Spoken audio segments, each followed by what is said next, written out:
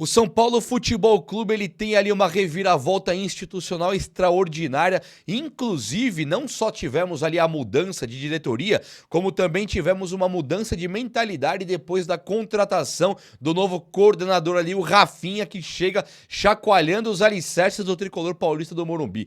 É muito interessante ver o que o Rafinha tem falado, porque isso impacta diretamente no cargo do técnico de São Paulo, Hernan Crespo, também em discursos assim absurdos de Luciano, Rafael e companhia ali que fizeram do São Paulo um time muito menor do que a expectativa, um time muito menor do que a realidade. Então o São Paulo agora que tem o Rafinha como um vencedor, o Rafinha que chega batendo o pé na porta e deixando a preguiça de lado, tirando o conforto de preguiçosos, vai dar muito o que falar e nós temos coisas interessantíssimas, como por exemplo aí a nova investida do Corinthians por Alisson. Ontem tinha dado tudo errado, o Corinthians tinha desistido, o negócio melou, mas agora o Corinthians ele vem com uma carta na manga que vai tentar levar o jogador do São Paulo ainda. Coronel, goleiro do São Paulo, reserva, dá o que falar. Será que ele vai ser titular hoje? Eu quero atualizar sobre tudo que tá rolando. A escalação, São Paulo pega o Flamengo na estreia do Brasileirão, um São Paulo que briga pra não cair no Paulista. E tem coisa boa vindo por aí, inclusive Lucas Moura e Caleri também são assunto pro vídeo de hoje e o Wendel também. Vem comigo então, chega nesse likeão aí pra dar aquela moralzaça e vem comigo, faça parte desse time que só cresce, eu vou ficar muito feliz, muito orgulhoso de ter você por aqui, beleza? O técnico Hernan Crespo, depois daquela entrevista, não só uma, algumas entrevistas que ele deu, né? Colocando o São Paulo ali abaixo do churume, abaixo do nível do tolerável. O Crespo ele coloca o São Paulo como se ele fosse o pior time do mundo e que vai brigar ali para não cair no Campeonato Brasileiro e é tudo que ele tem a oferecer. Mas quando a realidade bate a porta e analistas começam a fazer ali as suas ponderações a respeito do time do São Paulo, conclui-se que não é um time nada ruim, não. É um time bastante, inclusive, competitivo, um time que foi bem montado. O time do São Paulo tem alguns ajustes para serem feitos, com certeza, mas muito disso se passava no passado pelo departamento médico. Um departamento médico que foi totalmente mudado para o ano de 2026 e uma vez que mudou, o São Paulo não convive mais com lesões. Então agora, qual que é a desculpa? No passado eram as lesões, agora não tem mais os lesionados e o São Paulo segue com as desculpas, então não colou para ninguém. E a coisa ficou tão grave que isso impactou no cargo do técnico Crespo. O Crespo ele não só pela falta de resultados, ele começa a balançar no cargo e deve cair hoje se não ganhar do Flamengo no Morumbi. Não existe mais justificativa plausível para segurar o técnico Hernan Crespo. E quando você pensa assim, mas o Crespo não é o menor dos culpados, a diretoria do São Paulo foi a culpada, tal, tudo isso é válido, mas nada nunca vai justificar, porque o São Paulo tem uma nova diretoria, o São Paulo tem um novo departamento médico, o São Paulo tem um time que já está em campo e ele tem um time de equipe de base formidável que vem pedindo passagem há muito tempo. Então o Crespo desta vez, diferente de caras como Rogério Ceni, Diniz, Zubeldia, caras que dividiam opiniões entre mídia, torcida e pessoas influentes do meio, desta vez o Crespo não tem agradado ninguém. Com a entrada do Rafinha no time do São Paulo, batendo de frente com o discurso do Crespo, coloca o Crespo em xeque-mate. O Crespo ele não tem mais condições de se manter no cargo de técnico do São Paulo, a menos que ele comece a ganhar todos os jogos. Isso não vai acontecer, né? O Crespo ele demonstra uma total falta de capacidade e quando ele coloca o último discurso, a última coletiva, que o time vai brigar para não cair, ele dá a sapatada no meio dos próprios jogadores do São Paulo. Ele coloca que o time é fraco, ele coloca que o time é péssimo e ele arregaça as mangas e se exime de culpa cruzando o braço. A culpa não é minha aqui, cruzou o braço e acabou. São Paulo é isso mesmo, São Paulo tá cheio de problemas e o time já extraiu tudo que dava, ele cansou de falar isso. Mas Crespo, dá pra espremer mais? Ele, mais? Já tirei tudo que dava desses caras. Então o Crespo já era. Crespo já era. E o São Paulo, ele coloca ali, já tá divulgado, já tá, saiu no GE da Globo, quem que é o novo técnico do São Paulo, pelo menos num primeiro momento, que é o Alan Barcelos. Eu ainda acho o Alan Barcelos excelente técnico. O Alan Barcelos, ele é maravilhoso, ele tem uma ótima estratégia, sabe ganhar um jogo, sabe ganhar um torneio, mas também acho que o Alan Barcelos não está pronto pro time principal de São Paulo. Gosto muito da ideia do Harry Macis, que é o novo presidente, que coloca Alan Barcelos ali no time de São Paulo não mais na categoria de base, mas agora fazendo parte, um integrante da comissão técnica fixa. Então o técnico que vier traz sua comissão, mas o São Paulo já tem uma comissão fixa e nela consta também o nome de Alan Barcelos, que vai ganhando cancha, vai ganhando experiência, vai ganhando rodagem para logo ser o técnico de São Paulo. Mas com certeza, se o Crespo caindo hoje, o Alan Barcelos assume de maneira interina até que o São Paulo contrate um novo técnico. E isso eu acho que é perfeito, porque ele não coloca qualquer um Zé Ninguém qualquer. Não, ele coloca um técnico multicampeão da equipe de base de São Paulo, que conhece 50% do elenco, que hoje é composto pela equipe de base. Se não bastasse jogadores como Pablo Maia, né, como quem mais, o Luca, jogadores assim que já estão jogando, como o Nicolas, o Mike, já estão jogando no São Paulo, também tem a leva que tá vindo, que é dos caras ali como o Matheus Ferreira, Pedro Ferreira, o Paulinho, o Isaac, o Igor Felisberto, você tem muito jogador, o Jordan, são muitos jogadores que vêm vindo, como o TT, eles saem da base, vêm para o profissional e aí se deparam com o Alan Barcelos, que vai ter que só mesclar, fazer um trabalho interessante de um São Paulo que hoje não seria apenas na mão do Alan Barcelos, ele estaria também nas mãos do Rafinha para comandar esse time e não deixar que jogadores folgados peitem ali e joguem quando querem. Muito interessante. Deu muito o que falar também o lance do Lucas Moura, né? Quando o Crespo é perguntado se o Lucas jogaria contra o Palmeiras e o Crespo foi taxativo ao afirmar que o Lucas iria escolher. Isso soou também muito mal. O Crespo não tá bem nas coletivas, ele é o sabonetada, ele fica sabonetando, deslizando, tirando a culpa dele, mas com o lance do Lucas Moura teve assim uma certa revolta, porque o Lucas é um cara que faz 1 ano e meio que não joga bola no São Paulo, e aí ele pode escolher se joga ou não o clássico. É claro que o Crespo ele tem também uma meia-culpa ali, porque ele colocou o Lucas para jogar a totalidade do jogo contra o Palmeiras, contra a Portuguesa, e aí o cara não tinha condições contra o Palmeiras. Era o contrário. Era para não colocar o Lucas contra a Portuguesa e colocar contra o Palmeiras para tentar o resultado. Ganharia da Portuguesa em casa, que era obrigação de ganhar com qualquer time que fosse, e também tentar fazer dificuldade pro time do Palmeiras jogando no Allianz com Lucas, Caleri e time completo. O Crespo fez tudo errado. Desgastou os caras contra a Portuguesa e não ganhou, perdeu em casa, para depois não ter os caras contra o Palmeiras. Deu tudo errado. Então agora o Crespo já era, não deve ficar mais no time do São Paulo Futebol Clube, o que vai ser uma coisa maravilhosa. E com a queda dele, pelo que me informaram, o Luciano também perde força no São Paulo. O Luciano, que ele é um cara com uma titularidade incontestável, uma titularidade absurda, uma titularidade muitas vezes inexplicável pela falta de entrega do próprio jogador. Hoje, o Crespo, ele vai, cair abraçado. Com o Luciano caindo, o Luciano agora deve perder espaço. O time do São Paulo deve ser montado tanto hoje como daqui pra frente, com Lucas Moura, Ferreirinha, Caleri e mais um. Esse mais um pode ser o Luciano, mas ele não deve ter ninguém por ali. O São Paulo deve entrar com 3 volantes. Então ficaria Lucas, Ferreirinha e Caleri e 3 volantes, Bobadilha, Marcos Antônio e Danielzinho. 2 zagueiros, 2 laterais, acabou, foi isso. E aí o Luciano perderia espaço com a ascensão do Lucas Moura e a volta do Caleri pro São Paulo. É interessante pensar que o Ferreirinha é muito criticado.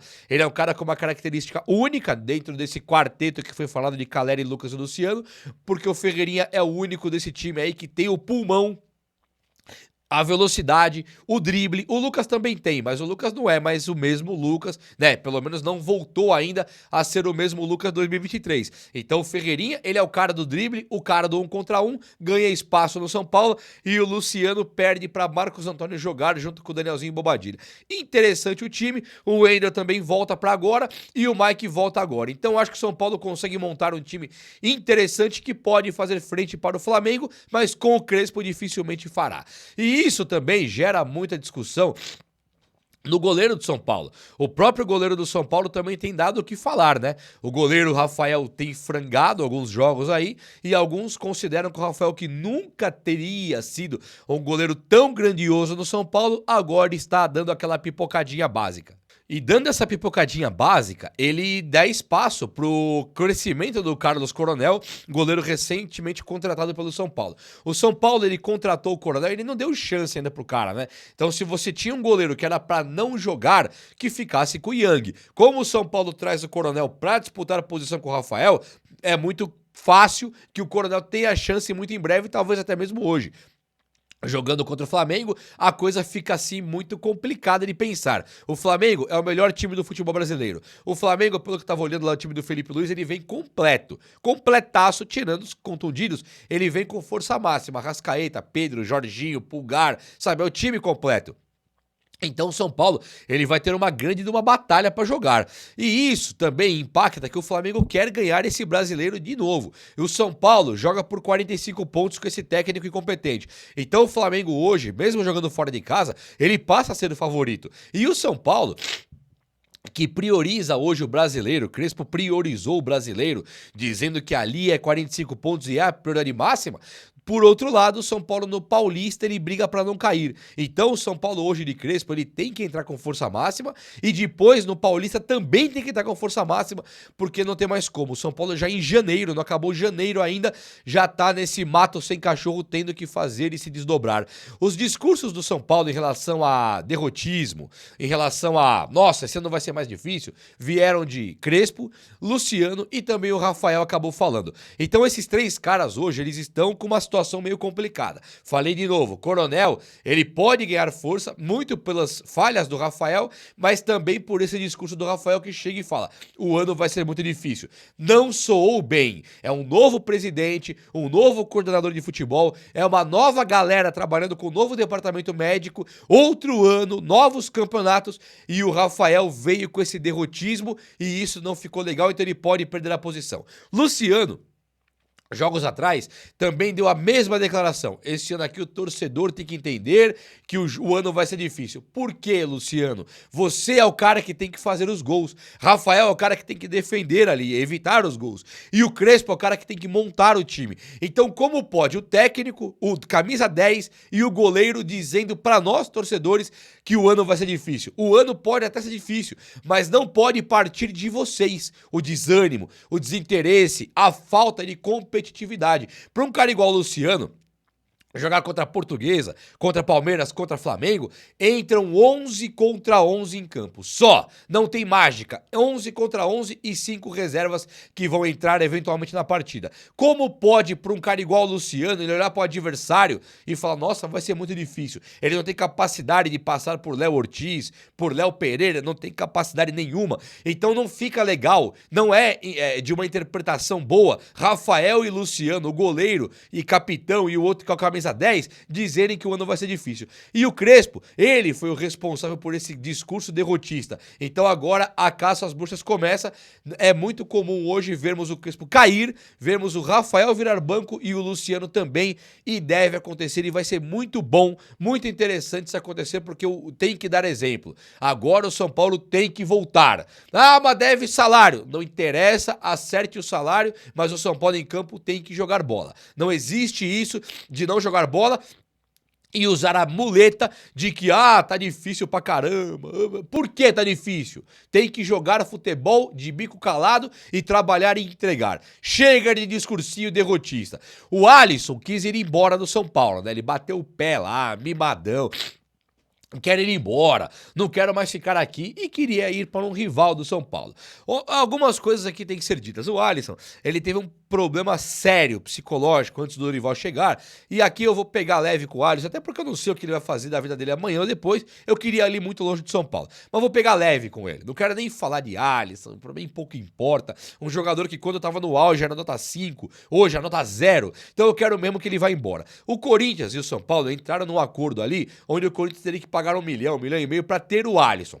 O Corinthians ia pagar, né? E ia calotear. Falou, não, vou pagar, me manda aqui. E o São Paulo chegou e falou, demorou. Mas antes de eu te mandar, você vai ter que me pagar, senão eu não vou mandar o jogador. E com isso, o São Paulo percebeu que o Corinthians ia mesmo dar um calote. Aí o Corinthians não pagava, é isso que o Corinthians chegou e bateu o martelo e falou, não irei pagar. Obrigado, São Paulo, não tenho 1 milhão. Então essa história é muito mal contada. É um Dorival, campeão da Copa do Brasil com o Corinthians, é um cara que tá com moral altíssima lá, né? Ele veio da seleção, foi pro Corinthians e ganhou a Copa do Brasil. Quando o cara pede o Alisson, ele não tá pedindo ali o Iniesta com 25 anos, né? Ele não tá pedindo o Sidorf com 25 anos, ele pediu o Alisson, que o São Paulo mesmo não quer ficar mais. Quando o Corinthians pede, o próprio Crespo e o São Paulo decidem que o Alisson não joga mais. param então de relacionar o jogador. Ele não foi relacionado contra a Portuguesa, não foi relacionado contra o Corinthians, e ele vinha jogando. Contra o Mirassol ele foi titular. Neste ano aqui, ele foi titular contra o Mirassol, aí ele não joga contra o São Bernardo, porque ele tinha jogado contra o Mirassol no rodízio, depois vem Corinthians e aí ele é afastado para poder negociar com o Corinthians. Então ele não tinha lá, tá afastado, tá descartado. Não, ele tava jogando. Quando o São Paulo decide não colocar ele mais, o São Paulo perde um jogador do próprio elenco.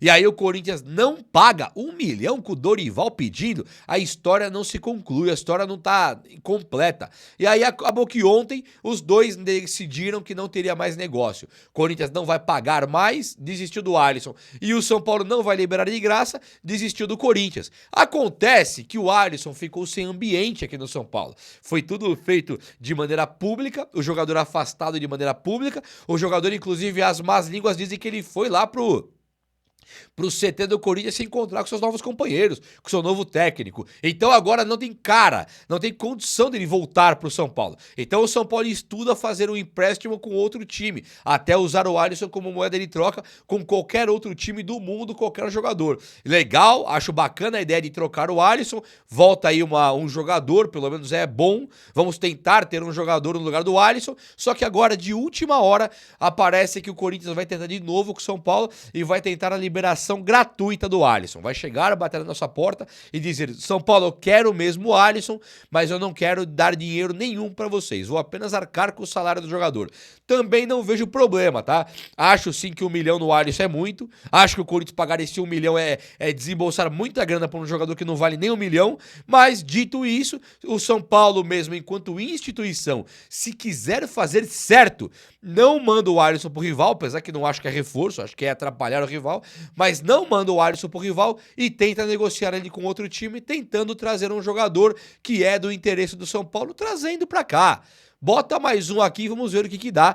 Pode não ser nenhum primor de jogador, mas chega na Série B, tenta negociar o Alisson por ali, não vejo problema, acho até que seria mais inteligente. É ou não é? Vamos São Paulo, não vamos não, precisamos ganhar os jogos, hein? O vídeo de hoje foi esse. Espero que você tenha gostado. Se você gostou, chega nesse likeão. Tamo junto. Abraço, meus amigos. Até a próxima. Valeu!